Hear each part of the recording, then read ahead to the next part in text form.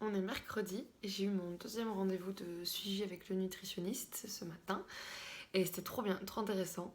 Alors déjà, sans surprise, il y a en effet beaucoup de chocolat dans mon alimentation. Non, en vrai, plutôt positif parce que je vais les mettre en photo là après, mais il fait ce qu'on appelle une pyramide de l'alimentation suite à tout ce que j'avais pu renseigner. Et ensuite, on la compare à la pyramide un peu type. Et globalement, il n'y a quand même pas grand-chose à redire sur ce que je fais et les apports que j'ai. Ce qui manque très nettement, enfin, ce qui manque assez nettement, ouais, c'est quand même l'apport en protéines. Là, pour le coup, je sais pas quelle tête aurait eu la pyramide avant que je change mon petit-déj et que j'intègre plus de protéines dans le petit-déj, parce que là, vraiment, je pense qu'on n'en avait pas beaucoup. Donc là, c'est un peu l'objectif.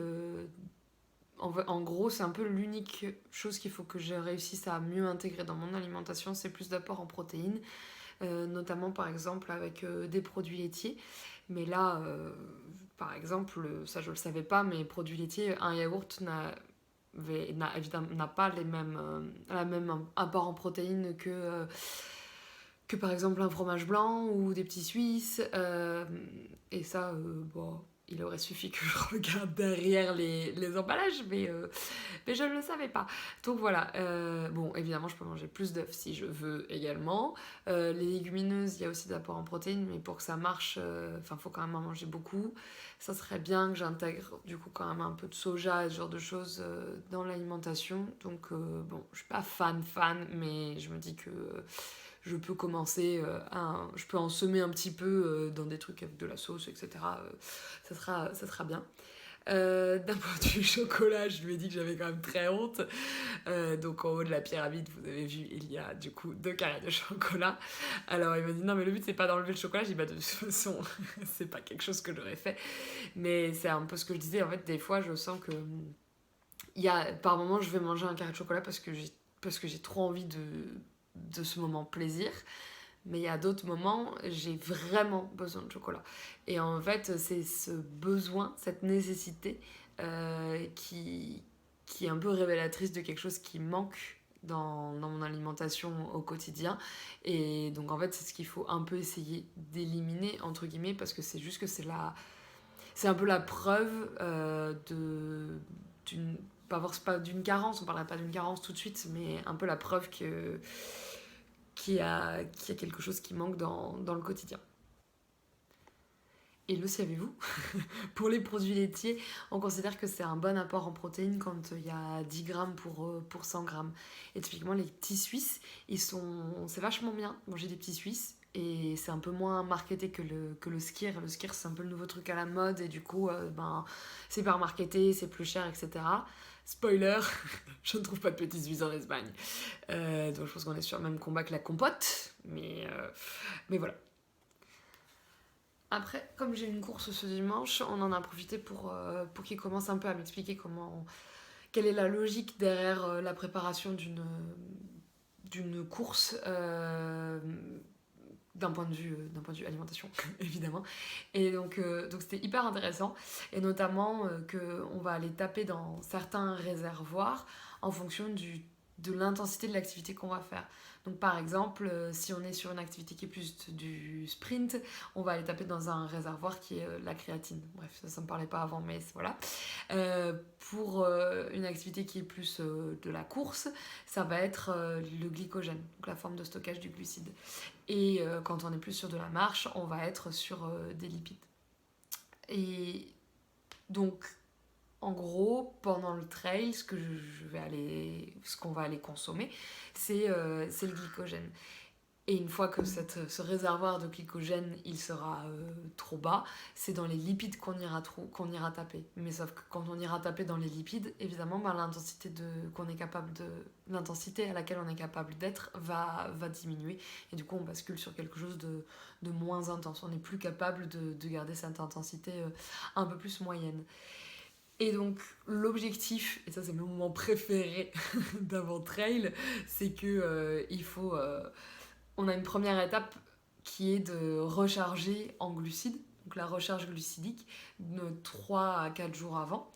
Donc là, en ajoutant des collations, donc ça c'est trop bien, on peut ajouter des goûters, en ajoutant des goûters, donc avec des pommes potes, des bananes, des energy balls, des energy bars, des banana bread, ce genre de choses, des barres céréales. Ah oui, très important, parce que j'ai demandé est-ce que toutes les barres céréales sont des barres céréales, parce qu'il y a écrit barres céréales quand on les achète, mais bon, j'en sais pas plus quoi.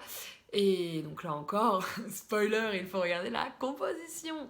Et en gros, si les premiers éléments de la composition dans la liste ne sont pas des céréales, c'est qu'il y aura finalement peu de céréales dans ces barres-là.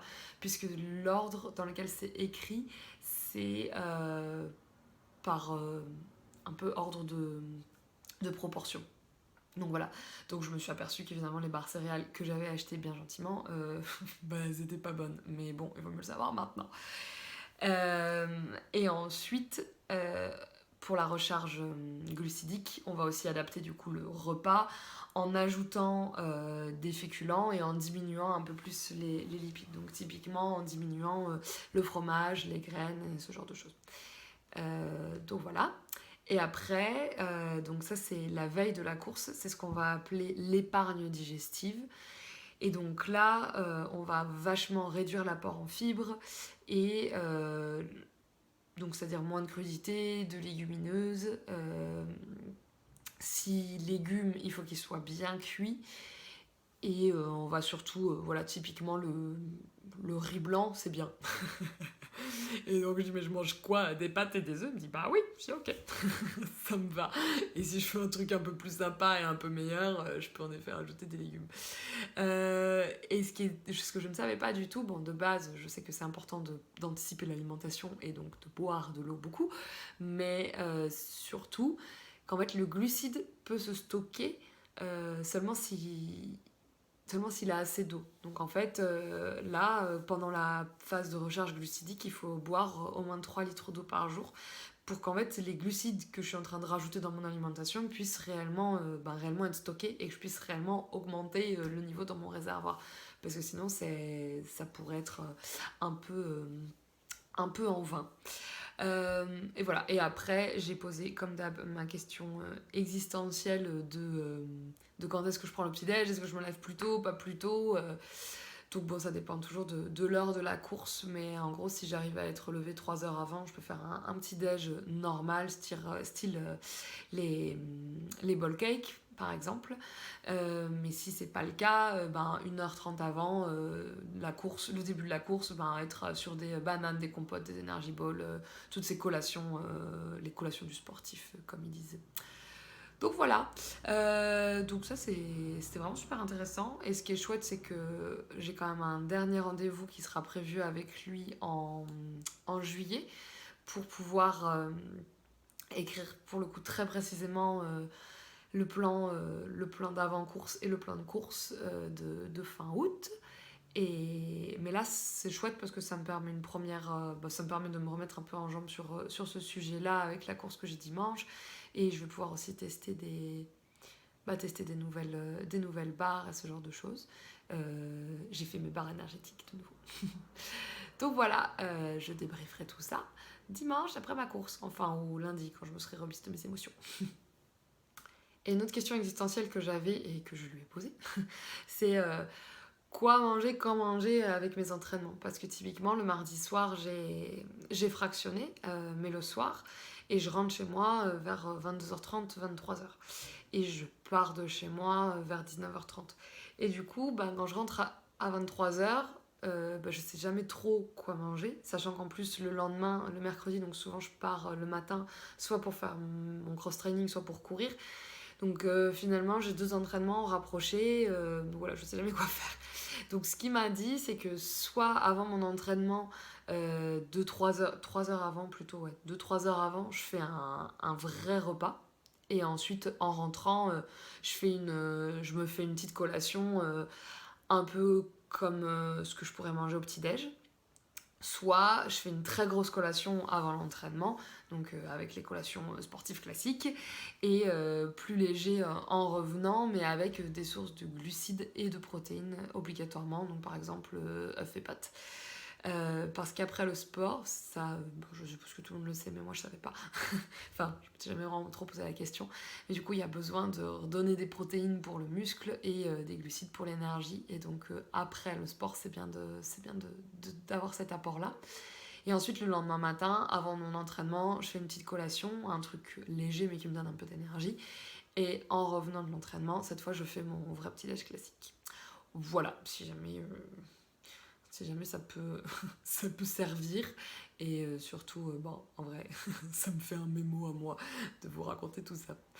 Voilà, mais donc en vrai, sinon, je suis toujours aussi contente de mes petits déj. Je vois l'impact, c'est assez incroyable. Typiquement, ce week-end, j'étais chez ma copine Marie pour son mariage. Et du coup, bah, voilà, j'ai plus un peu mangé comme ce que j'avais pu faire avant, parce que bon, ça reste quand même du plaisir aussi de faire ça, mais je sens que j'avais tout le temps faim, quoi. Et là, je suis revenue aujourd'hui et j'ai refait mon petit déj classique, et bon, je boulotte un petit peu moins quand même. Donc c'est il doit y avoir un peu de vrai quand même dans tout ça.